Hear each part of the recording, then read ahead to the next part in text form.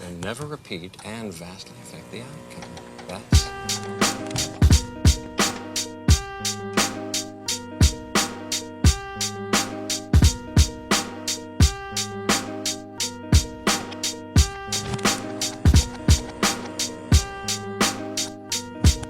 Unpredictability. They, the proverbial they, not the lizard people they, say life is a series of choices with rational outcomes. Each decision has an expected result that we as slightly evolved sea monkeys believe can be predicted. But hey, 390 million years of evolution tend to inflate the ego. I believe as one primate to another, it's all chaos. There are no rules, no order, it's just meh, a wash. We, the royal we, stick to the idea that things are meant to follow a written path, but it's delusional. Sure, you can throw a rock at a window and predictability says it'll shatter, but in rare instances, it doesn't. The rock bounces off, leaving you wondering, well, what the hell happened there? What's up with this window? Almost disappointed you didn't get to call the window repairman who you've had a budding one-sided romance with. You're pissed. This course of events wasn't supposed to happen. It wasn't predicted. Needing an outlet, you return to your office to continue on your steamy love novel featuring a loveless homeowner and a window repairman. While you write, tapping along the keys, a bird collides with the same window, shattering the pane. Initially, awestruck by what's occurred, the once seemingly invincible window is now gone. The new avian intruder present. The kiss scene in your novel, titled Transparent Love, left unfinished. It's all too much. It was an unpredictable event. A bird has never struck that window before. The window, despite your best efforts, has gone unshattered. This defies all reason, all predictable occurrences, all order. As the bird stands back up after temporarily being stunned, you try to reason that this bird is stronger than a rock. Could this be the strongest bird in the world? What are the odds? In any case, it's in your house now, but depending on the temperament of the bird, this could very well be its house now. You couldn't break the window. This bird could. Harrowing. As you get up from the desk, avoiding direct eye contact to the best of your ability, you call the window repairman's number. As it rings, the bird takes flight, breaking through another pane on its way out. Holy shit, what is happening? The window repairman picks up the call, asking how the hell you're doing, being irregular, something the repairman has chalked up to yourself being accident prone. At this point, he's predicting a weekly call. It's just the order of things. After a brief explanation that a rock broke the window, no, 2 windows, albeit as it's entirely more reasonable and plausible than a demigod bird, you both make an appointment later in the afternoon to get this window repaired. 2 of them. As the day progresses, you feel a palpable sense of nervousness. Why though? You've interacted with this person numerous times for numerous other windows, but something felt different in the air today. The repairman arrives right on time, not a minute early, not a minute late, per usual. The job is relatively quick, with him making remarks that this must have been some rock and quandaries about how it was even set in motion. You come up with some vague excuse that you wanted to see how high you could throw a rock, but somehow that turned into a horizontal throw. Twice. The job wraps up, but before the repairman can get in his van, you blurt out, "Would you like to go on a date sometime?" The window man is clearly taken back, the statement being out of the realm of possibilities for this current interaction. Moments pass in silence. A bird mockingly caws in a nearby tree. Hopefully, not that bird. It's at this point the repairman says bluntly, "Well, to be honest, it wasn't out of my mind entirely, but I didn't want to violate the ethics of the window repairman code of conduct." "Oh, I know," says the repairman. "Let's leave it up to fate. We'll flip a coin. If it's heads, we'll go out. And if it's tails, I'll just be your favorite window repair person." With that said, a coin is pulled and flicked into the air. As it comes down, it does that woo woo woo woo woo woo woo things coins do before finally stopping on the edge. Dead center of the coin. Neither of you move. You both stand there, staring at it in amazement. Complete bewilderment. You make eye contact. What the Point being of this little creative writing project that went on entirely too long is to demonstrate that though the nameless characters, who we'll call the writer, your own stand-in, and the window repairman, your potential love interest, had their own expectations of the direction their stories would take, I threw some curveballs. Like immortal birds, and in your particular case, a homoerotic love story in its infancy. Sure, we get a little crazy with a bird breaking 2 windows, or a coin landing on the edge, but none of it is completely impossible, just unpredictable. Like life. Like your life. Hell, like everyone who's ever lived. Shit happens you can't predict, and you certainly didn't make some choices, no matter how butterfly effect you want to get with it, that brought those on. You could absolutely summarize a series of events that seem to have no relation to one point of origin. For example, a soda placed slightly to the left of a table in a fast food joint, then causing the same place to burn down a year later. As much as we'd like to compartmentalize our lives into a neat little box, viewing things through a cause and effect mindset, the reality of it all is just being random chaos from one moment to the next. It just seems to fit so much better. Not to say order doesn't have its place, I mean there's a reason we rely on this mindset to begin with. If you throw a thing up in the air and don't catch it, strong evidence like gravity indicates it will come toppling back down and hit the earth. But then, when things don't go our way, or any way we predicted for that matter, this can result in feelings of frustration, confusion, and maybe even a mini existential crisis with the aftertaste of you don't know shit about anything. Something we saw in my madman raving of a story in the beginning. On the other hand, maybe surprise, delight, in a life-altering scenario never even before thought of due to those pesky internal biases and how we view the universe in our single limiting point of view. And before you say to yourself, I know this already. I saw Jurassic Park. I know chaos theory with Jeff Goldblum, and that the dinosaurs are going to escape even though they're not supposed to. Yeah, but think about it like this. Dr. Malcolm, Jeff Goldblum's character, tells you in this little moment of flirtation and science that the water drop placed on his hand will follow a different path because of chaos theory. It could be because they were in a moving vehicle on an unpaved road with varying conditions that would lead to different results, but alas, I don't think Laura Dern or Dr. Sattler was so mind-baffled by the revelation that water would do something different. And he also told you it would do something different, so it was a expectation.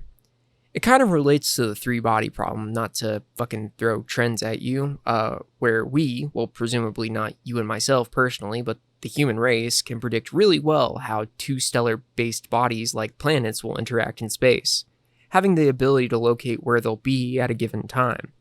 It's a cool skill for the human race, real resume builder, but add a 3rd body like another planet and shit goes cuckoo bananas. Why? Well, mostly because you a dummy, son.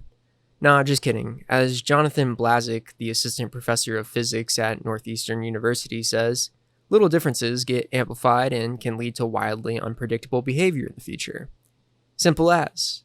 I bring this up to further emphasize you be in one of these metaphorical and possibly literal 3-body problems. Think about it. 3 planets create interstellar wackiness, but on a more personal scale, you are quite literally exposed to hundreds, if not thousands, of choices a day that could affect your, so to speak, orbit.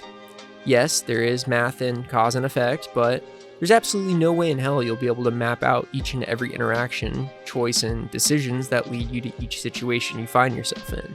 The odds may favor your beliefs, especially if we relate them back to our own 2-planet prediction model, meaning we can most of the time predict that if rock meets window, window breaks. Then again, it may not. Life is not a series of choices, but a series of guesses, wondering and hoping what will happen next. You're not some oracle, and no one ever said you were. By letting go to the constant need of control, you can embrace the chaos of the everyday and maybe even enter the flow. I'm a big believer, me, Gideon, here, talking to you, in this flow state, or flow state in general, a mindset where you're just feeling it, everything. For the Buddhist out there, a temporary state of nirvana, a borrowed enlightenment for performing the everyday. It's hard to describe in words, especially for a bad writer such as myself, but you know it when it happens. It happens anywhere and anytime. The more you try to induce the flow state, the less likely you'll be able to manifest all its benefits. Primarily, though, accepting the state of chaos and that you have no control in your surroundings is typically a great start. Or even just carrying the momentum of one positive outcome till the next. Whether they were flow states or not, incorrectly predicting the future has benefited humanity better than we give credit for, embracing the unpredictable, so to speak. For example, everyone knows penicillin, a low-hanging fruit for me, but I'm going to give you a breakdown of what this stuff is and how it came about, and take a brief period on a few other moments of things that span from us not knowing what will happen next. So, long story short, there's this stuff called bacteria. Have you heard of it? Microbial organisms that are pretty much found across every surface or every biome you could imagine, even yourself. Well, when bacteria from the outside mixes with your bacteria on the inside, and more important, your organs and stuff, it causes illness. Were this to happen to you prior to 1928, well, there wasn't much, if anything at all, medical science could do to help you out. Then, in a wee town called London, a cheeky bugger by the name of Alexander Fleming solved all your bacterial problems. One of these invasive bacteria that plague mankind is Staphylococcus, a tricky little bastard that causes boils, swelling, redness, and in some cases, even death. Alexander Fleming was a bacteriologist at St. Mary's Hospital who is said to have returned from a vacay, or holiday as the neighbors across the pond call it, to find a sample of staph he left on his desk had done something unexpected. That's cool and all, but my question is, why did he have loose staph in petri dishes just hanging out on his desk while he was on vacation? Was it a booby trap? However, he got curious, as we all do, and put the samples under a microscope to discover a secondary mold had introduced itself, penicillin. After doing some research and conducting growth cycles, Fleming ultimately had discovered the first antibiotic, and medicine would be changed forever. Penicillin is still used to this day to treat staph, strep, and colon infections. I cannot emphasize what a breakthrough this discovery has been. We literally went from having nothing to having a cure-all. We were so stoked off this discovery that it created an altogether new problem, the overuse of antibiotics.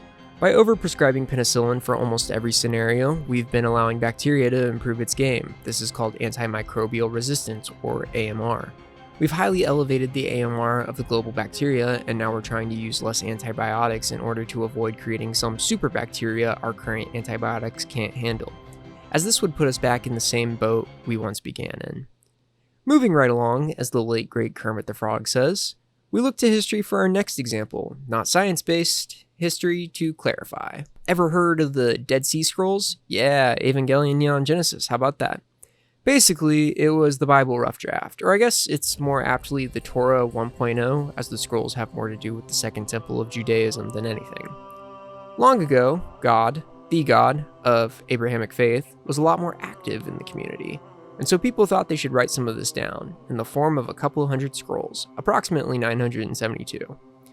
People of 2,000 years ago, if you can even call them that, didn't want to lose this good stuff, so they kept them in 12 caves and left it there as one of the greatest time capsules of all time.